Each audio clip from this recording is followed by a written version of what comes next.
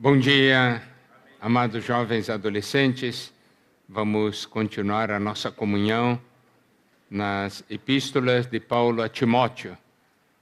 Como nós falamos, essas epístolas são muito ricas, não temos como abordar todos os pontos, mas nós vamos abordar pontos que consideramos importantes para o momento atual e, principalmente, pontos que os levem a tomar essa palavra para si, porque Deus permitiu que essa epístola fizesse parte da Bíblia para alcançar você. Deus sabia que um dia você viria a existir. Ele que conhece a sua vida, Ele preparou essa carta para você. Essa é a maneira que nós devemos compreender e receber a palavra de Deus. No capítulo 2, no versículo 14, 15, 16, 17, ele fala, de algumas coisas, de problema de contenda e tal, mas no versículo 15 ele diz assim: procura apresentar-te a Deus aprovado, como obreiro que não tem de que se envergonhar, que maneja bem a palavra da verdade. Aqui há um conselho, há uma recomendação muito preciosa para nós. Porque que diz, procura apresentar-te a Deus. Essa ação de se apresentar a Deus, essa atitude de ir à presença de Deus e falar para o Senhor: Senhor, eu estou aqui. Sabe, isso é muito importante para a nossa comunhão com Deus. São pequenos detalhes, mas que fazem toda a diferença. Aqui diz, procura apresentar-te a Deus aprovado. Isso quer dizer que nós sabemos que durante o nosso dia, durante o nosso viver, passamos por muitos testes e muitas provas.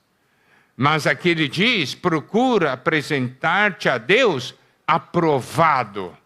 Isso é algo que deve estar em nosso coração. Durante o dia, nós vamos sofrer muitas tentações. O inimigo virá nos atacar e virá nos tentar nos derrubar. Mas nós, se tivermos esse versículo em nosso coração, nós vamos lembrar: eu tenho que apresentar-me a Deus aprovado. Sabe, esse tipo de coração é um coração que deve tomar conta de um jovem, de um adolescente. E aqui diz que não tem, como obreiro, que não tem de que se envergonhar. Nós sabemos que todos nós um dia estaremos diante do tribunal de Cristo. Naquele dia, qual será a sua atitude? É uma atitude de vergonha? Uma atitude de vergonha porque passou a vida inteira não dando atenção ao Senhor, negando o Senhor? Ou, se você todo dia aplica essa palavra, procura apresentar-te a Deus aprovado, e uma coisa estará determinada: você poderá estar certo que você estará lá como obreiro que não tem de que se envergonhar. Você sabe, aqui fala de um obreiro, alguém que está fazendo algo para o Senhor. E se nós estamos fazendo algo para o Senhor, como nós vamos fazer? Fazer de qualquer maneira?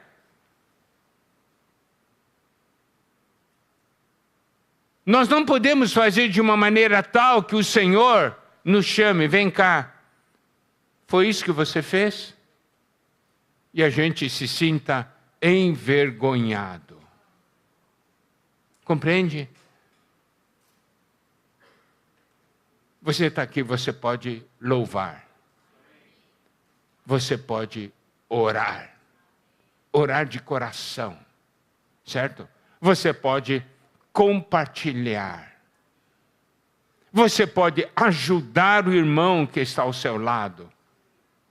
Isso é cooperar com Deus.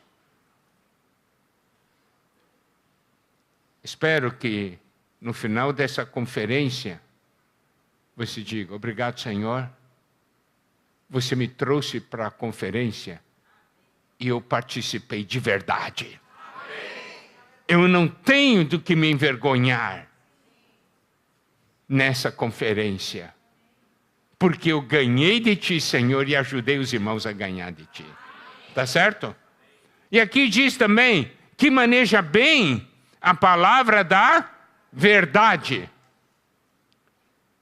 Nós falamos muito sobre ganhar da palavra. Aqui fala daquele que maneja bem a palavra da verdade, que sabe usar, que corta reto, como aquele carpinteiro que quando corta uma tábua, corta reto. Daí você diz, sabe manejar muito bem a ferramenta. Mas você sabe como que você deve manejar a palavra? Não é ganhei a palavra e agora vou começar a manejar nas outras pessoas. Como é que se maneja bem a palavra da verdade? É tomando a palavra e aplicar primeiro para si. Manejar essa palavra primeiro em si mesmo. Porque se eu não sei, se eu não conheço essa palavra, se eu não experimento essa palavra, como eu vou poder ajudar os outros, se eu mesmo não recebi ajuda? Então, todas essas palavras que estamos recebendo nessa conferência, devemos diante do Senhor falar, essa palavra é para mim. Para mim em primeiro lugar. Se eu tomar essa palavra para mim, e eu desfrutar e permitir que essa palavra me transforme, eu saberei aplicar essa palavra também nos outros. Porque eu fui o primeiro a ganhar o benefício dessa palavra.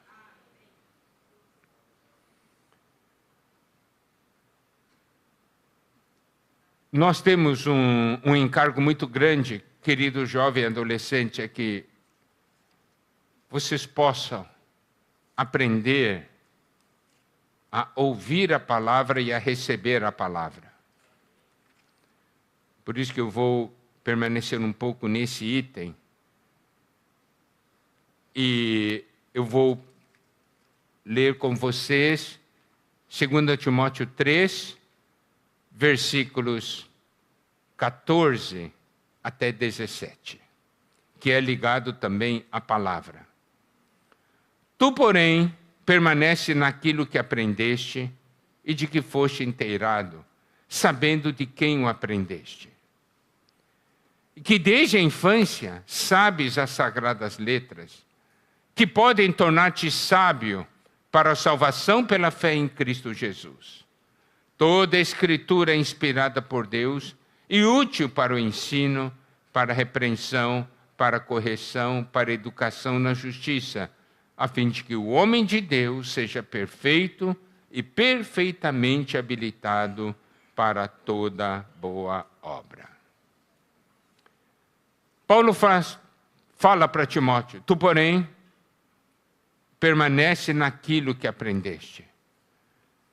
Antes desse versículo ele fala de muitas outras coisas, de problemas que ocorrem, mas ele diz, tu, porém, permanece naquilo que aprendeste, e de que foste inteirado sabendo de quem o aprendeste. Não é somente uma questão de aprender, mas saber de quem nós aprendemos. E ele fala que desde a infância sabes as sagradas letras. Olha a importância de conhecer a palavra de Deus desde a infância. Aqui diz que podem tornar-te sábio para a salvação pela fé em Cristo Jesus. Agora, no versículo 16 nos mostra a ação dessa palavra de Deus em nós.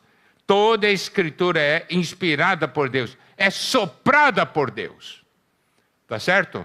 Então a palavra de Deus é soprada por Deus. É o sopro que dá vida. É o sopro que nos transforma. É o sopro que nos dá força e poder. Então, aqui diz, e é útil. O que significa útil? Significa que produz um resultado, produz um fruto.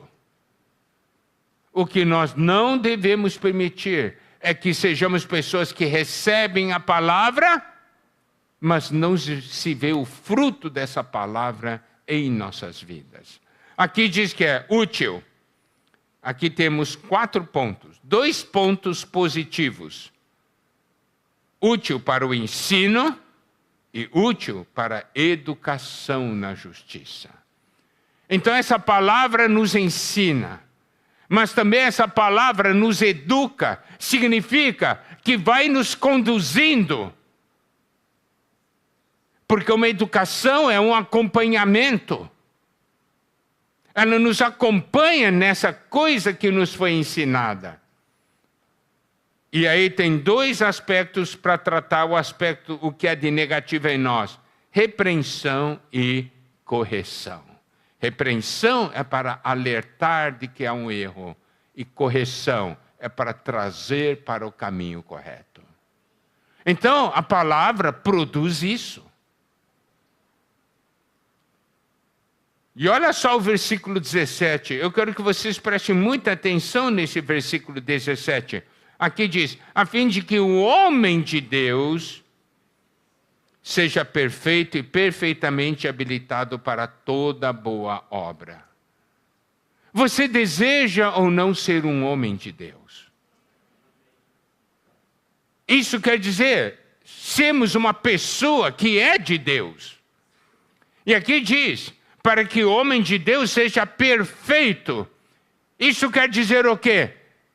A palavra trabalha nos aperfeiçoando, trabalha naquilo que nós somos. Mas não é somente isso. A fim de que o homem de Deus seja perfeito e perfeitamente habilitado para toda boa obra.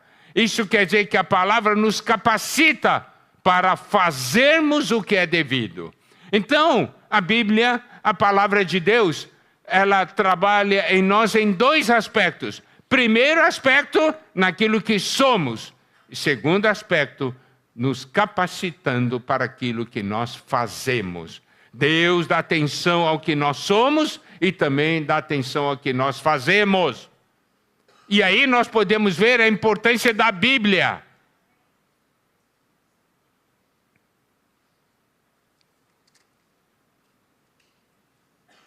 Eu quero dar aqui uma palavra de alerta.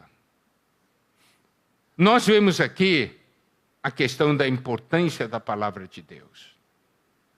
Mas se você der uma olhada em 2 Timóteo capítulo 3, versículo 1, diz assim, sabe, porém, isto, nos últimos dias sobrevirão tempos difíceis, tempos perigosos, tempos cruéis. Esses são os vários significados no grego dessa palavra difícil. São tempos perigosos na parte espiritual. Por quê? Daí nós podemos ver o que a iniquidade faz. E eu gostaria de alertar alguns pontos de 2 Timóteo 3. Porque essa palavra fala dos tempos finais, fala dos perigos que nós corremos. E nós temos obrigação de alertá-los, queridos jovens e adolescentes, que a Bíblia está falando de pontos, de perigos que estão ao nosso lado. Aqui diz, os homens serão egoístas, isto é, amantes de si mesmo. E serão avarentos, significa amor às riquezas. Ontem, o irmão Joxmar falou sobre os perigos da idolatria. Egoísta. Eu sou o meu ídolo. Eu amo e adoro a mim mesmo. Avarento é riqueza. Eu amo a riqueza, eu adoro a riqueza. Olha só, ídolo, aqui diz, primeiro ídolo, eu mesmo. Segundo ídolo, riquezas. Daí ele fala um montão de coisas, e eu quero ainda falar no versículo 4, a última parte diz assim: mais amigos dos prazeres que amigos de Deus. Terceiro ídolo, os prazeres, a diversão. Eu não estou falando que nós não podemos ter lazer, não podemos nos divertir, mas nós não podemos viver para isso. Não podemos adorar isso. Aqui nós temos 3 ídolos. Isso é algo extremamente perigoso. Primeiro ídolo é você mesmo. Segundo ídolo, dinheiro. Terceiro ídolo, prazeres. Aqui diz, mais amigo dos prazeres que amigo de Deus. Quer dizer, Deus fica no último lugar. Lembre-se desses 3 ídolos, tá? A palavra de Deus aqui em Timóteo fala claramente. E nós temos que ir diante do Senhor. Senhor, obrigado por me advertir. Obrigado por iluminar. Tá? Outro perigo do tempo final é o versículo 5, que diz: tendo forma de piedade, negando-lhe entretanto o poder. Eu tenho uma aparência de piedade. Daí nós vemos a questão da fé com fingimento. Tem só aparência da piedade, tendo forma da piedade, negando-lhe entretanto o poder. Não permite que a palavra de Deus com o seu poder opere em nosso ser. Então eu só tenho uma forma, mas eu não tenho conteúdo. Eu não tenho essa realidade. Porque eu nego, eu rejeito. Então, o que acontece com a minha fé? É uma fé com fingimento. Ao passo que a palavra diz que a nossa fé deve ser uma fé sem fingimento. Se você tem os ídolos, se você tem uma fé com fingimento, sabe qual é o resultado? É o versículo 7 que diz que aprendem sempre e jamais podem chegar ao conhecimento da verdade. Aprende, aprende, aprende, aprende, está presente em todas as conferências, todas as reuniões, tem um monte de caderno de anotações de muitas coisas, mas nunca chega ao conhecimento da verdade. Nunca toca na verdade. Resultado: não tem libertação. João 8,32 diz, né? Conhecereis a verdade e a verdade vos libertará. Querido jovem, nós já falamos isso no passado. Nós não podemos ser jovens que vivem só de perdão. Nós precisamos ser jovens que têm experiência de vitória, que têm experiência de libertação. Não adianta eu ter um montão de cadernos com anotações, minha mente cheia de conhecimento e não tocar a verdade e não ganhar a libertação. Correto? Por isso, nós temos que aprender a receber a palavra de Deus de maneira adequada. E como nós podemos receber? Nós queremos ajudá-los nesse assunto. Hebreus capítulo 4, versículo 12. Porque a palavra de Deus é viva, eficaz e mais cortante do que qualquer espada de 2 gumes, e penetra até o ponto de dividir alma e espírito, juntas e medulas, e é apta para discernir os pensamentos e propósitos do coração. Aqui, esse versículo nos diz que a palavra de Deus é viva. Amados jovens, como você sabe se você realmente ganhou a palavra? Muitas vezes nós pensamos, eu ouvi, eu ganhei. Não é bem assim. Eu quero que vocês aprendam a aplicar esse versículo. A palavra de Deus é viva. Se eu ganhei a palavra, essa palavra entrou em mim, essa palavra que eu ouvi, fica se movendo dentro de mim. Você sabe o que é ficar se movendo dentro de você? Nós ouvimos o testemunho de um irmão, né? Ele ouviu a palavra e ele chorou. Aquilo ficou incomodando ele, não é? O dia inteiro. Isso é sinal de que ouviu a palavra. Por quê? A palavra é viva no interior. Não é uma coisa que ouviu e terminou. Entendeu? Ultimamente eu tenho compartilhado muito com irmãos sobre nossa atitude de receber a palavra de Deus. Daí eu contei de uma experiência que eu tive muitos anos atrás. Na minha juventude, eu estava participando de um treinamento, de um aperfeiçoamento, e o irmão tinha dado uma palavra tremenda naquela manhã. E eu saí da reunião alegre, falando para os irmãos, uau, que palavra, que palavra. Daí eu fui para o quarto deixar minha Bíblia, meu caderno, porque ia para o refeitório. Na hora que eu entrei no quarto, eu encontrei 2 companheiros de quarto. Eles estavam de joelhos, orando a Deus. E eles estavam de joelhos orando e falando, Senhor, por que você me falou essa palavra? Por que nessa manhã eu ganhei essa palavra? O que você quer de mim, Senhor? O que a minha vida precisa ser transformada? Quando eu leio aquilo, quando eu ouvi a oração desses meus 2 colegas de quarto, eu fui iluminado.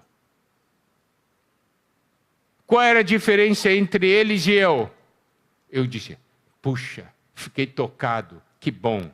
Mas eu fui diante de Deus, eu fui orar, eu fui receber de verdade. Senhor, por que você falou essa palavra comigo? O que você está vendo em mim? O que você quer transformar do meu ser? Nós não queremos ser esses que aprendem sempre, são tocados sempre, mas nunca chega ao conhecimento da verdade. Nunca ganha libertação. Nós não queremos ser. E esse é o perigo dos tempos finais. Vocês querem ser o que está aqui? A palavra de Deus é viva. Eu tenho que ir diante de Deus e orar. Senhor, por que você falou isso para mim? Por que você está falando de 1 e 2 Timóteo para mim? E aqui diz, a palavra é eficaz.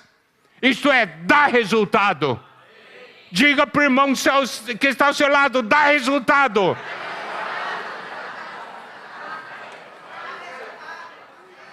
Se a palavra de Deus dá resultado, eu quero que dê resultado na minha vida.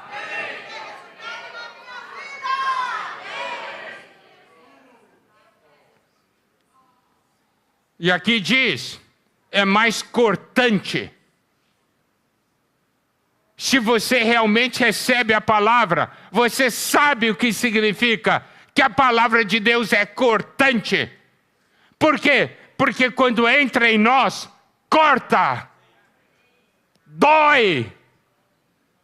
Dói por quê? Porque está cortando coisas que não deveriam estar em mim.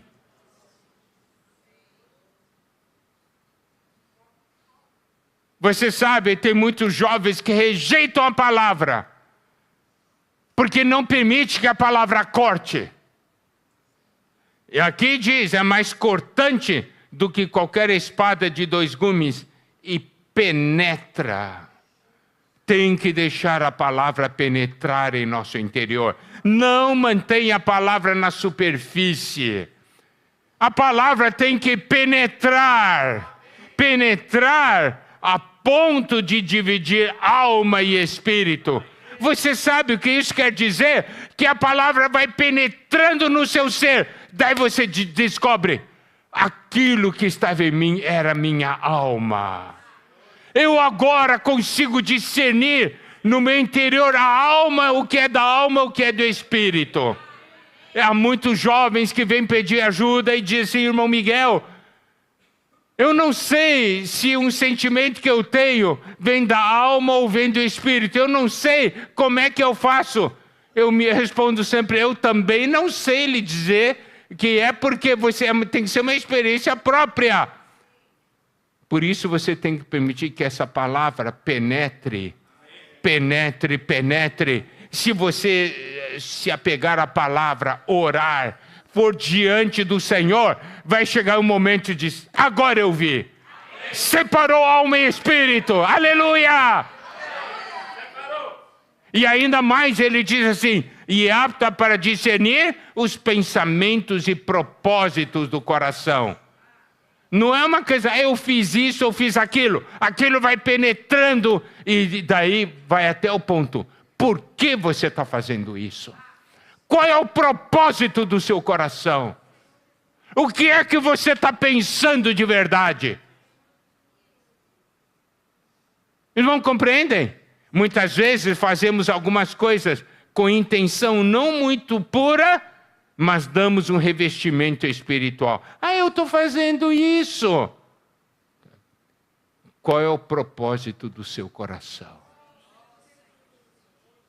Olha, até que ponto a palavra tem que entrar em nós. E aqui diz que é apta para discernir os pensamentos e propósitos do coração. Versículo 13. E não a criatura que não seja manifesta na sua presença. Pelo contrário, todas as coisas estão descobertas e patentes aos olhos daquele a quem temos de prestar contas.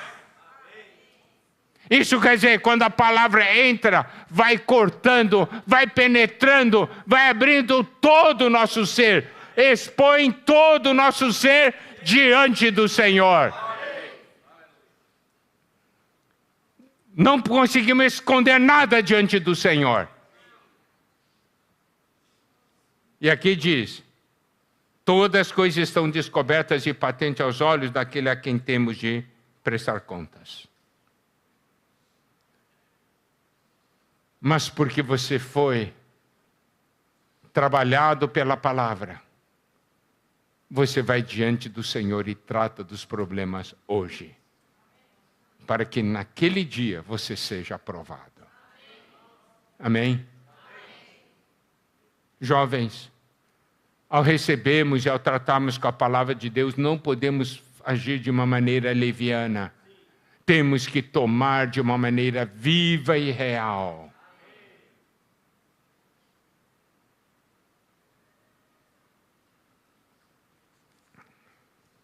Vamos voltar para 2 Timóteo. Paulo fala para Timóteo de muitos problemas, de coisas, de falatórios inúteis, de pessoas cuja linguagem corroem como câncer. Mas capítulo 2, versículo 19, tem um versículo muito importante, que diz, entretanto, o firme fundamento de Deus permanece, tendo este selo. Daí, ele diz assim, este selo tem 2 aspectos. Primeiro, tem esse selo, o Senhor conhece os que lhe pertencem. E mais, aparte-se da injustiça todo aquele que professa o nome do Senhor. Numa época de muita confusão e de degradação, nós precisamos conhecer saber que o firme fundamento de Deus permanece. Deus vai guardar a igreja. Um firme fundamento permanece. Tá certo? E isso aqui, esse fundamento não se refere a Cristo como fundamento da igreja, mas aqui se refere à igreja como fundamento da verdade. A igreja é a coluna e a base da verdade, correto? Então aqui nós temos esse fundamento com esses dois selos ou dois aspectos do selo. Primeiro, o Senhor conhece o que lhe pertencem. Significa no meio de uma confusão, degradação, né?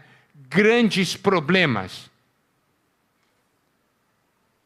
Você talvez possa ficar desesperado. Daí, diz assim, o que vai acontecer com a gente?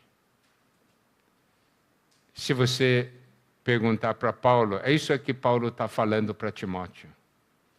Timóteo, parece que uma tremenda confusão, problemas, todo mundo abalado, mas Timóteo, lembre-se de uma coisa, o Senhor conhece os que lhe pertencem. Aí, nesse momento, nós precisamos compreender algo e ter a seguinte percepção: eu pertenço ao Senhor. Ele vai me guardar. No meio de todo esse vendaval, de toda essa tormenta, eu sou dele.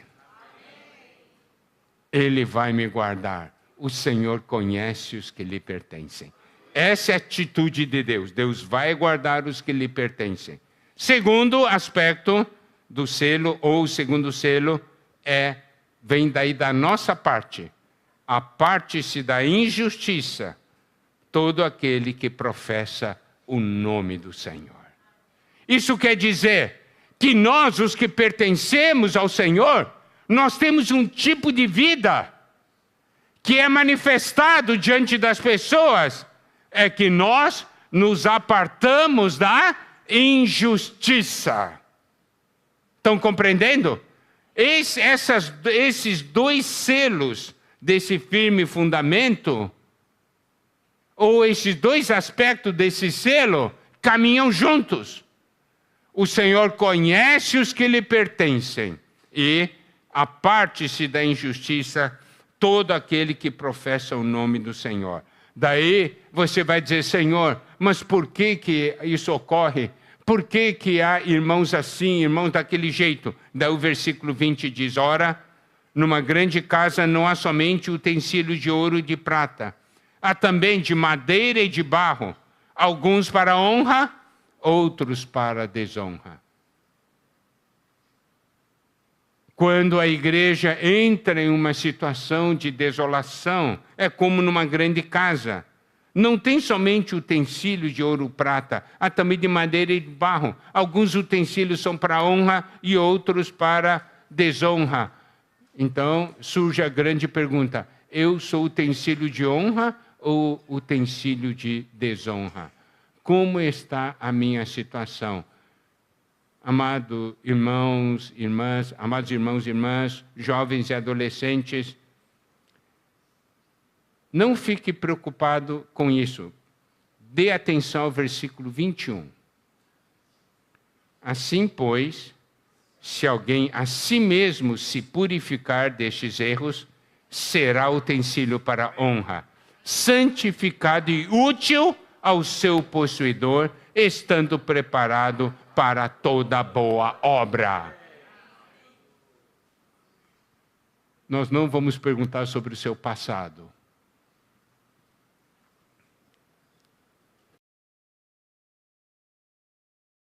Sujo, mas falamos sobre a misericórdia de Deus, não é isso? Talvez você se sinta, eu sou um instrumento, sou um vaso, um utensílio para desonra, mas o versículo 21 é um tremendo encorajamento para nós, porque diz, Assim, pois, se alguém a si mesmo se purificar desses erros, será utensílio para a honra. Hoje é o dia de tornar-se utensílio para a honra. Se purifique desses erros. Eu creio que a luz de Deus brilhou intensamente, exatamente para dar você a chance de se purificar desses erros e se tornar um utensílio para a honra, santificado e útil ao seu possuidor, estando preparado para toda boa obra. Isso quer dizer que em nosso coração nós temos uma reação diante do Senhor e falamos: Senhor, se antes eu era inútil, agora eu quero ser útil.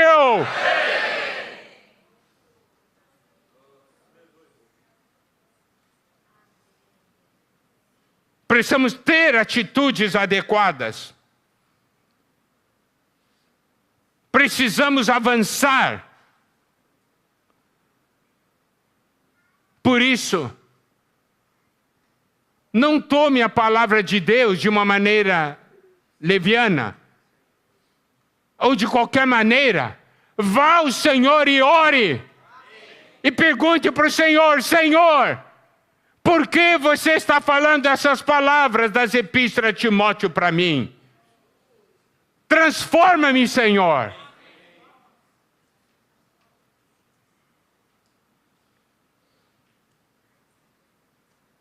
Versículo 22. Foge outro sim das paixões da mocidade. Segue a justiça, a fé, o amor e a paz com os que de coração puro invocam o Senhor. Não tente bancar o forte. O inimigo prepara armadilhas. Não tente ser forte e diz assim: eu vou desmontar a armadilha. Fuja da armadilha. Fuja. Mas preste atenção, não é só fugir. Aqui diz: segue. Segue a justiça, a fé, o amor e a paz com os que de coração puro invocam o Senhor. Não é só fugir, é seguir também com os que de coração puro invocam o Senhor. Aleluia. Porque, queridos jovens adolescentes, vocês têm irmãos e irmãs que são os companheiros. Amém?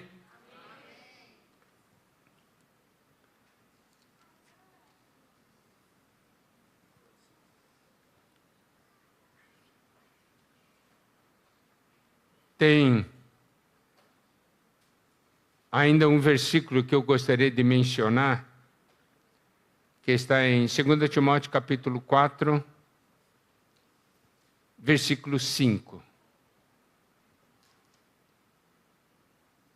Tu, porém, sê sóbrio em todas as coisas. Suporta as aflições, faz o trabalho de um evangelista, cumpre cabalmente teu ministério.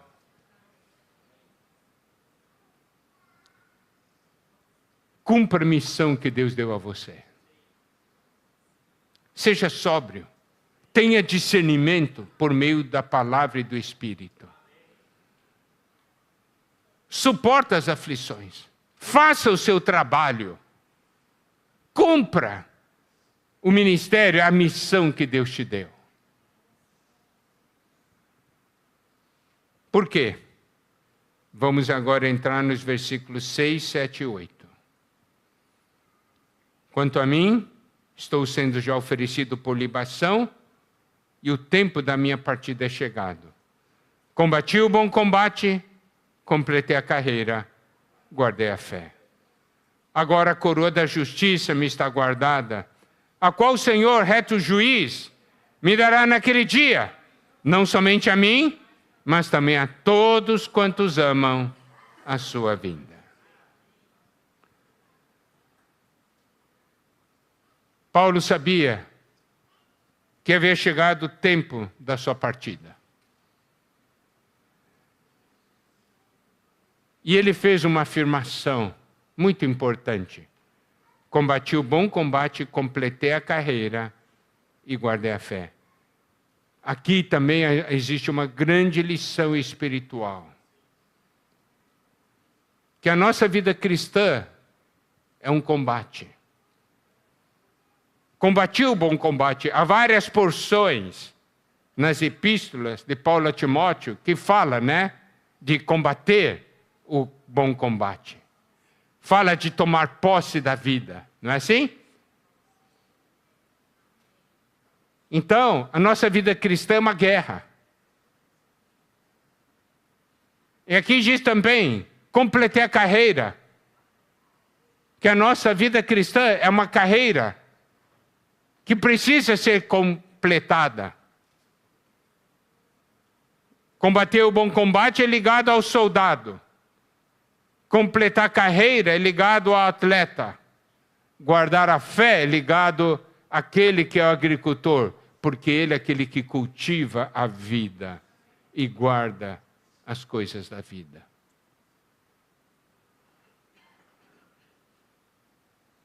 Vai chegar um dia, vai chegar esse momento para cada um de nós. Quando estivermos próximo da nossa partida. E poder falar, combati o bom combate, completei a carreira e guardei a fé, significa, eu não desperdicei a minha vida. A minha vida foi derramada para o Senhor. Vocês são jovens, vocês podem pensar assim, eu ainda tenho muitos anos pela frente. Eu também já fui jovem e ainda continuo sendo jovem no espírito. Eu me lembro dos meus 12, 13, 15 anos, 20 anos, 25, 30 anos. Mas hoje, já estou bem mais para lá, E foi num piscar de olhos. Foi rápido. E eu tenho uma alegria no Senhor.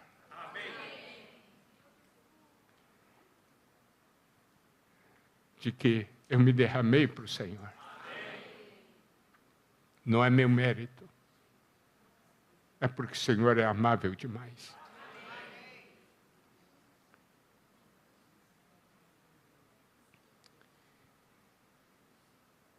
Que diz, a coroa da justiça, Paulo disse, a coroa da justiça me está guardada, porque ele sabia, eu cumpri a missão que Deus me deu.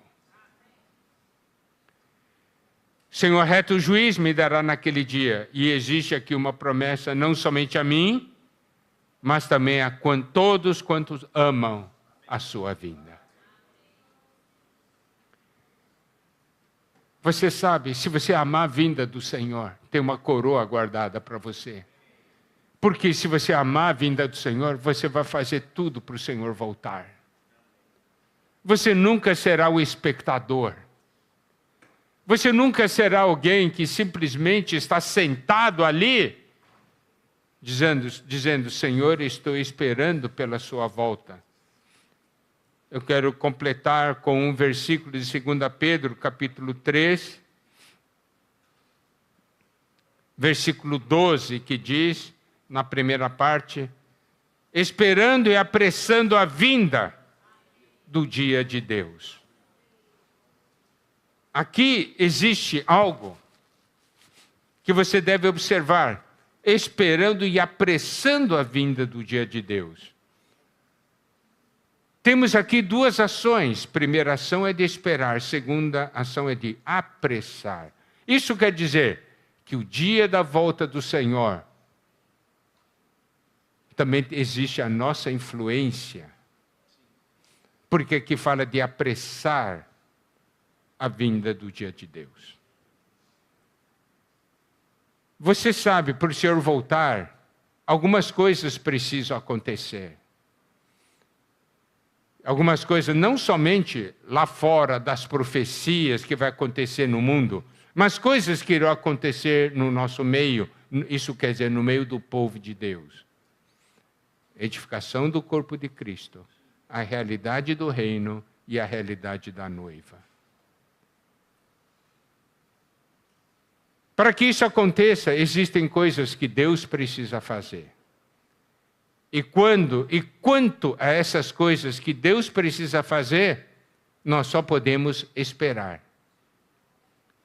Mas existem coisas que nós também precisamos fazer.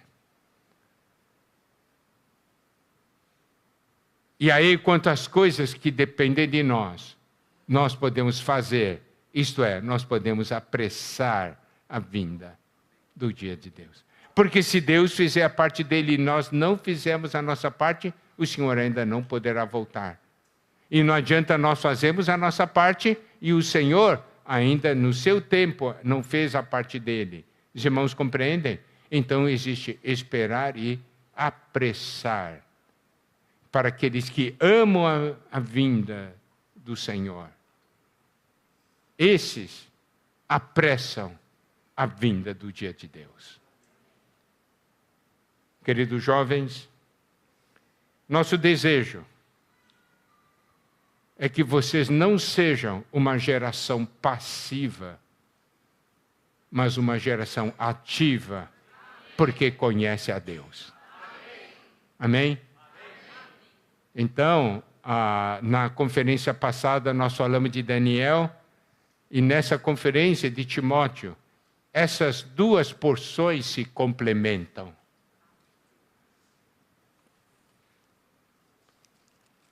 E Paulo, daí no final, dá o testemunho dele. E aí nós podemos ver, são porções que vocês também mesmo já testificaram, porque vocês haviam lido, né, feito transcrição. Capítulo 4, versículo 16, diz: na minha primeira defesa ninguém foi a meu favor, antes todos me abandonaram. Que isto não lhe seja posto em conta. Olha o coração do apóstolo Paulo. Ele não culpa ninguém. E ele diz, Senhor, mas no versículo 17, mas o Senhor me assistiu e me revestiu de forças, para que por meu intermédio a pregação fosse plenamente cumprida. E todos os gentios a ouvissem, e fui libertado da boca do leão. De acordo com o que está escrito nesse versículo,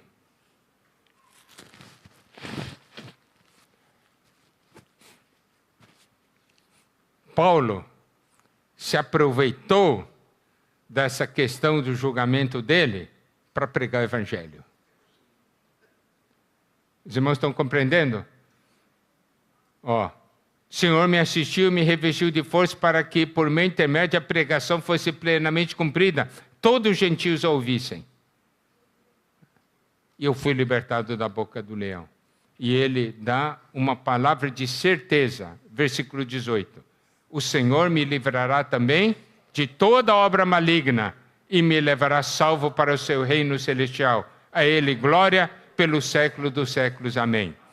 Então, eu quero concluir essa conferência com esse versículo 18. Vocês têm todo um futuro pela frente. O que virá pela frente, você sabe? Não. Então, eu quero que você leia comigo esse versículo 18. Porque isso aqui é uma certeza, porque é a palavra de Deus. Que o que Paulo falou no versículo 18 seja agora o que você vai falar agora. Ele transmitiu para Timóteo, para dar também a Timóteo essa segurança, essa certeza. Tá bem? Coloque-se de pé e vamos ler juntos. Vamos ler esse versículo como um testemunho nosso, certo? Uma certeza nossa, uma declaração de fé diante do Senhor e do universo. Amém? Vamos lá. O Senhor me livrará também de toda obra maligna e me levará salvo para o seu reino celestial. A Ele glória pelos séculos dos séculos. Amém! Que o Senhor abençoe a todos.